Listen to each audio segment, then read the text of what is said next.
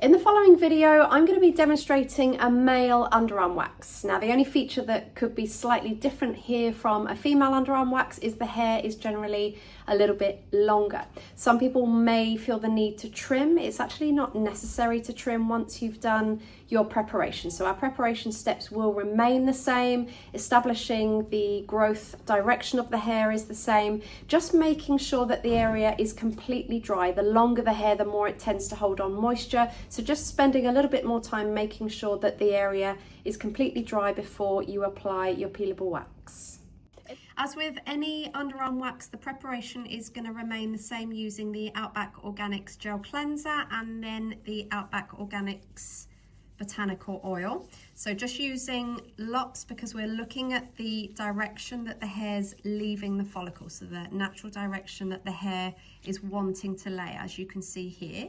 And then just having a move around of the hair because we don't need to trim, but we do need to establish which is the natural direction that the hair is laying in. So I can see my pattern of application here and here. Once I've established the direction of hair growth, I'm then going to use my botanical oil, and then I want to make sure that botanical oil gets into the skin. So I'm just going to work that in with the hand, and then I can tissue any excess off to make sure the area is completely dry. Just using the opposite hand to make sure you're stretching the skin.